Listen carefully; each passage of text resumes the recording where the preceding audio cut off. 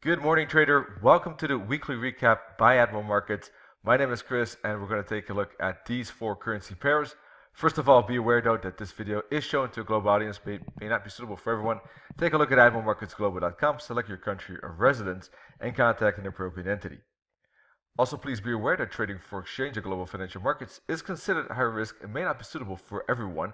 Please seek the advice of an independent financial advisor for more information on that. This video is for informational and educational purposes only. And by continuing watching this video, you agree with this disclaimer and you are aware of the risk involved when trading. Alright traders, a lot of things to discuss because of course April month has closed, so we have new monthly candles, we have new weekly candles, a new situation to look at. Last month on the pound USD we see a bullish candle. The close, as you can see, pretty near the high of that candle, so that is indicating bullish control of the month of April. So what I'm expecting, just based on this monthly candlestick pattern on the monthly candle chart, I should say, is a move up to the 61.8 fib, which of course could still be a strong resistance spot, just like the 38.2 has guided us as a resistance, and the 50, as you can see, March stopping here and April stopping at the 50 fib. So maybe May will stop at the 61.8. That's my target for the moment, 148.68, and that could be a bearish bouncing spot as well, by the way. So is price going to retrace last month's candle? Probably yes. I mean, looking at the deep retracement we had in April, going all the way back to test the monthly low of March, I think that we could see that particular last month's candle being retraced to about halfway. That would not be strange. So if we look at the total size of that candle, we're looking at about 700 pips, so about 350. That would be about halfway mark, the 50 fib. So about 142.50 seems to be the halfway mark. Now zooming into lower time frames, we can see on the weekly that price is trying to break through actually that resistance trend line right there, moving the 21 EMA into a bullish territory. Of course, this is still bearishly aligned, so at any point these fibs can turn it back down, but for the moment price action is bullish, and as we zoom in lower and lower, nothing much is saying of the contrary, right? We had a triangle and price actually broke to the triangle to the upside. Now the only thing that's stopping price is this 50 fib. Therefore, I think a bit of a bounce back to support, and that could see a bullish bounce back to 61.8, and then the bearish bounce seems the path of least resistance, or the most likely path, I should say, at this moment. That's what I'm looking at. This is not that interesting to go long right now because it's right in front of the 50 fib. I don't want to go long that near such an important level, but if it breaks above it, there could be some intra-week bullishness right there in that green zone that I have colored for you there. That could be upside potential with the green arrow if it breaks above Friday's high, and then I'm looking at intraday longs. Otherwise, I think there's still a good chance for a retracement. Let me zoom into the 4-hour chart, and I think that a retracement to this green zone, and I can put a fib on that swing high, swing low roughly. You can see that it corresponds to about a 50 fib here, depending on which exactly where you put that swing high. Of course, if you do it like that, you have the 38 or the 50 fib, somewhere around at 142, the 144 here, 145 could already be a bouncing spot. Now, if I looked at the weekly candle, right, that was actually a bit sooner, I think. Let me take a look at that fib one more time, and you can see if I draw the fib on the weekly candle like that. Oh, the monthly candle I was talking about actually. But if I draw on the weekly candle, you can see that the 50 fib is around 145.60, 1.8, 145.05 to be precise. So from that point of view, I think anywhere in this 143.75, 144.75 area, there could be a good bouncing spot here. There's also a broken trend line, and I'm looking for a move up to that 148.80. Soon I'm going to take a look at the euro dollar, dollar yen, and Aussie. Just want to pause 1 second and let you know about the deposit bonus campaign that's going on with Admiral Markets during April and May. So you still have the entire month of May here to capitalize on this bonus. So take a look at the conditions on admiralmarkets.com.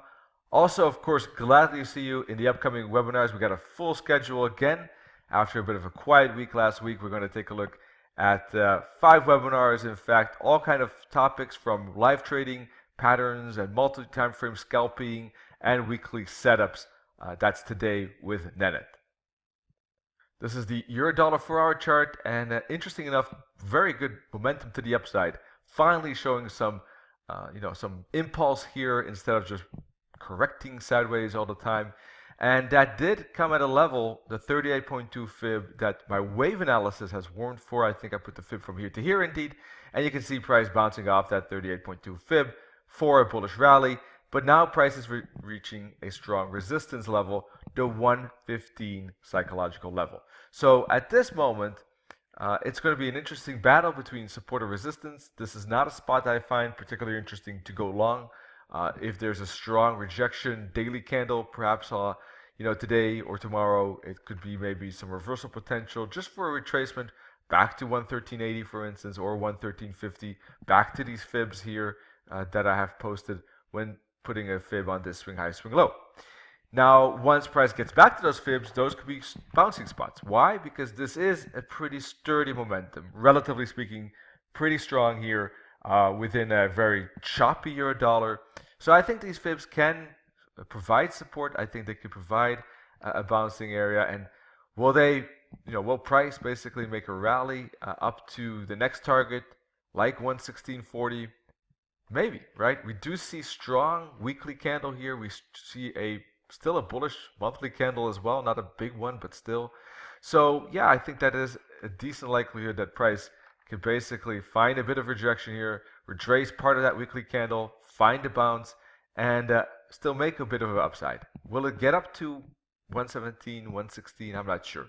There could be, you can see that every time it makes a higher high, it's really running out of steam. So it could become a rising wedge as well. If you look at these pink lines, you see a bit of a channel, right, under your dollar, a choppy one, but still there is a bit of an uptrend channel there. But the highs are not particular high. So could there be, after this dip, something like this going on? Could be too. So that target is a bit dependent on how much momentum price could really gather as it's moving up. It could become a rising wedge, and that could slow down the upside. But as it dips down, I do think there's a good chance about halfway here that there could be a bounce on the euro dollar, just as basically the pound USD was showing the same. So a bit of a dollar weakness, I think, still to come at the beginning of May at least. If we look at the dollar yen, we see a lot of bearishness on the dollar. Price was not able to break through those resistance zones that we drew in the last few weeks, saying, it's going to be tough for price to go through these layers of resistance. And indeed, boom, price hitting the second one, basically double top, right here, and boom, reversal straight down from that zone. A beauty of a move, a lot of momentum there, and it's still pushing lower, breaking this support trend line as well, and price making a lower low. That's all what basically in accordance to what I was expecting in the wave analysis as well. Now price, however, has reached a significant level of the 38.2 Fibonacci retracement level using this swing high, swing low from the top to bottom, basically. So that could be a bit of a bounce spot. It could provide a bullish bounce, and I think that as price retraces last week's strong bearish candle, again about halfway, I would not be surprised. It could be a bit more, could be a 61.8, could be a 78.6 fib, but I'm not necessarily expecting, right, as you can already understand probably, not expecting a break of that last week's high. That would invalidate my entire kind of analysis of potential downside continuation. Normally speaking, my main target when price was up in here was the 38.2 fib, because at that point, when price was hanging around here, that was a reversal setup, and then the most logical target is that 38.2 fib. Now that price has made that move already, but I see substantial momentum connected to it, I think that there is a good chance price can get back to the 50 even. And there is also a bit of a supply-demand zone here. There are a few tops, a few bottoms. There's 100 round levels. So yeah, I think there's a chance that price can get to the 50 fib, indeed. So a bit of a retracement and then a move down to that 50 fib could happen. Unless, of course, price breaks above this top, then it's breaking above the resistance line, and then the 38.2 fib was probably strong enough for price to go back up in this uptrend. All right. Now regarding the Aussie, we had an uptrend, of course, but we saw a bit of a wick here. We see a bearish candle here. So from that point of view, there could be a bit of a reversal going on, maybe on this Aussie, slowly but surely. We got trend lines to look at, support trend line, support trend line. So if a daily candle, for instance, does something like this and pushes through those support trend lines, I think that could be a bigger reversal starting. But we have to be careful. There is an Aussie interest rate decision this week, so we have to see what kind of impact that will have on the currency pair, of course. But if somewhere during this week or even next week, basically price pushes through those trend lines with a good close near the low, then I think that could be an interesting retracement and follow through here to the downside.